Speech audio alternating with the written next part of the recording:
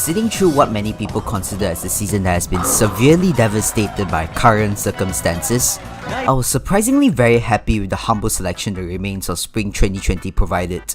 Of course, we still have the big shots like the ever-popular sequel Kaguya-sama and the ever-hyped Tower of God, which has drawn the eyes of many due to its peers stepping out the spotlight due to unforeseen situations we have on our hands around the world. They have become the backbone of this season, providing us with the necessities that this anime-centered community needs to survive.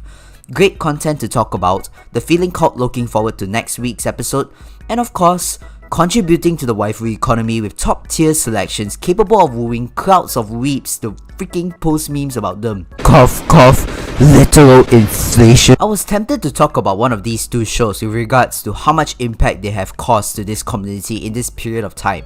But I decided not to. Why? Cause I ain't ready for it yet. There is too many stuff to talk about that I still have yet to get into my head to process. So instead, we're going to look into one of what I consider to be a slightly more humble anime that many people overlook due to it being centered around very repetitive genre that many people grew tired of. That's right, I'm talking about Bakarina and a goddamn harem of men and women literally stealing the audience's heart in the backstage this season. And boy do they do a hecking good job at executing it.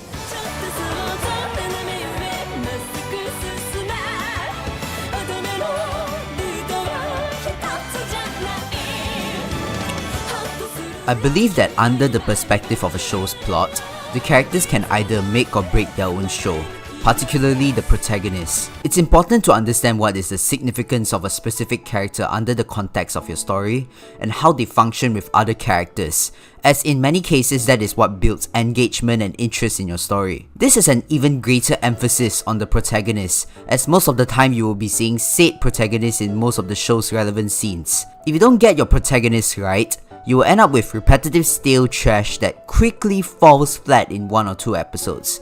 Kinda just like how Princess Connect's adaptation did, in my opinion, but that is an entirely different video by itself to cover. Bakarina or Hamefura, or if you like long-ass Japanese title, Otome Game no Hametsu Flag Shika Nayaku Yaku Reijo ni Tensei Shite Shimatta, is a bright example of how to make great character design.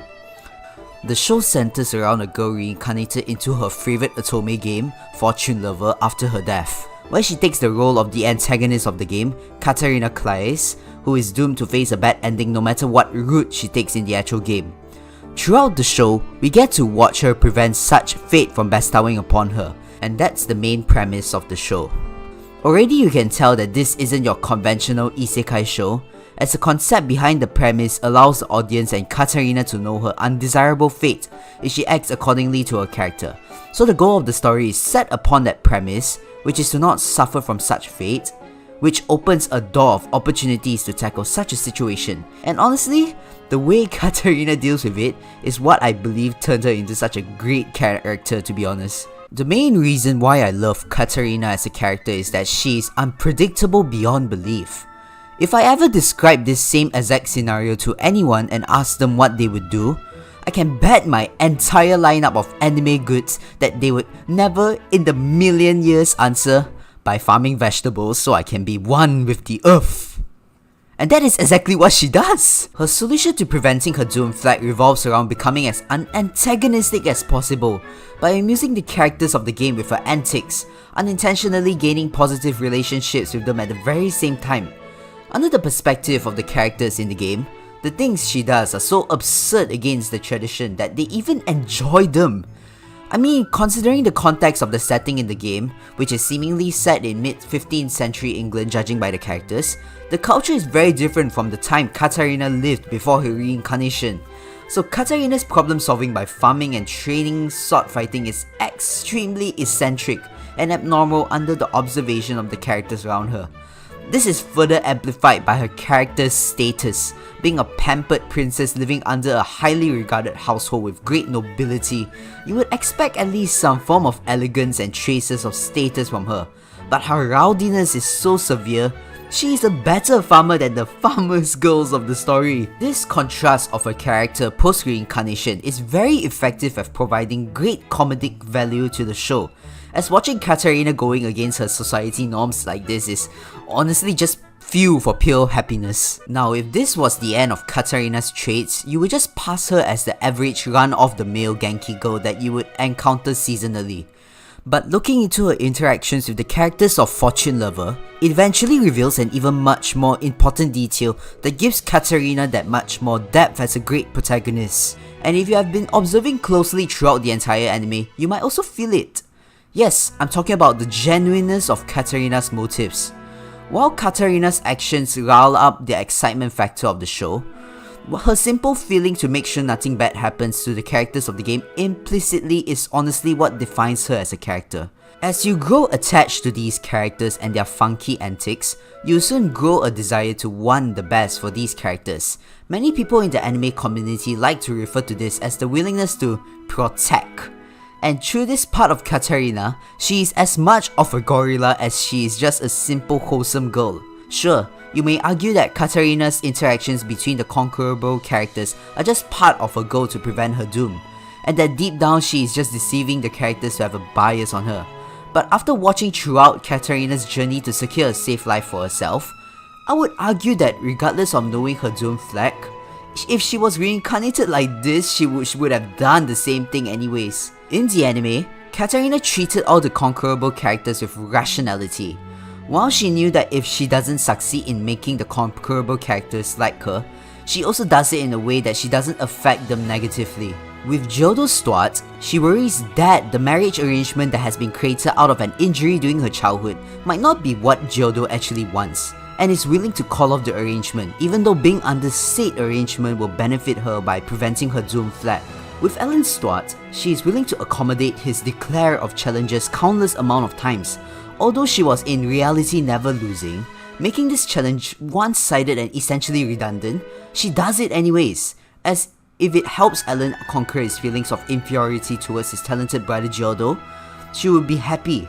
These are just one of the many examples of selfless acts done by Caterina, and she does this to almost everyone that is relevant whom she meets, including her very own rival Maria. If going to your very own rival's house just to tell her how much you miss her sweets and to farm isn't random and wholesome enough for you, I don't know what is anymore. This part of Caterina is honestly what amplifies how to integrate good wholesomeness into any character, and just like how all the characters end up getting attracted to her, is also able to give this season a great character and waifu to appreciate.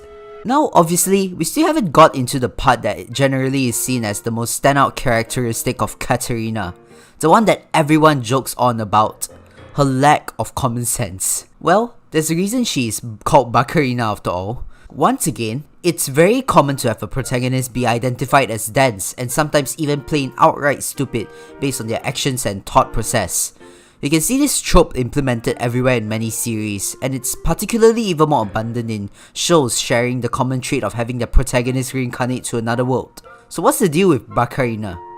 How is she any less annoying than other dense protagonists? Well, if I can identify a certain reason, I would have to say that it was executed in a way that's both creative and believable at the same time. In the show, Caterina Claris's thinking process is visualized in her brain with 5 other smaller Caterinas, the difference between them being that they wear different accessories. And that's about it. Besides the fact that they voice out clashing opinions so that they can duke out what is the best solution to prevent her doom flag from happening, they are equally stupid. Heck, if this was an Inside Out spin-off, I highly doubt any of them would be named after logic. Similarly to how her eccentricity plays an important role in adding fun into the show, the disjointed harmony between the pile of small Caterina enforces reasoning behind Caterina's actions. Just like how Kaguya's thought process is visualized between multiple separated personalities of her having a court argument, setting a tone of rational thinking and fruitful discussions, Caterina's thought process sets a tone that goes like, yeah, we couldn't take this seriously even if we tried. This is a creative trope that's not often used in anime, but in this case it helped enforce the decisions Caterina makes and provides great comedic sense to the show. This personification of Caterina's thinking seriously complements the show's mood that consists mainly of light-hearted and wholesome setting, and it can also pair very well with her pure-heartedness and eccentricity, ultimately creating the greatest dance queen ever, Bakarina herself. If you requested a suggestion for a show that all in all possessed great entertainment value with its own form of slapstick, I see Hamefura is the one to look out for. It has managed to take such a platitudinous genre and was able to convince its audience that its entity is something to take note of. And they definitely could have done it if it wasn't for the prominent protagonist that is Bakarina herself. Although not covered due to the jarring time taken for me to blabber about Caterina's greatness, the other characters were also made competently that by themselves are also fun to watch, and also can arguably be the best compliment towards Bakarina herself, as the stiff personality they contain within themselves serves as a great juxtaposition against Bakarina's ridiculous open-mindedness. Well, all in all, if you feel like you're in for some wholesome shows, Hamefura can safely say that it will be able to welcome you with gaping hands. Just be careful for the snacks on your table though. Who knows whether a random harem princess will just hop out your monitor and starts feeling herself.